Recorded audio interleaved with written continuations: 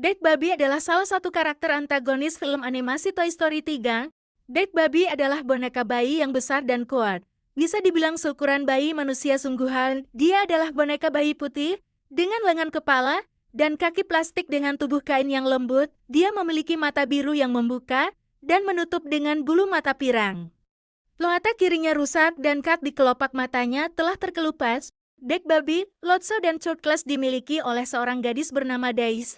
Namun karena kesal, karena Daisy menggantikan mereka, Lotso memanipulasi Dek Babi agar berpikir Daisy melupakannya. Dek Babi menjadi tangan kanan Lotso, sehingga menjadikannya orang ketiga dalam komandonya.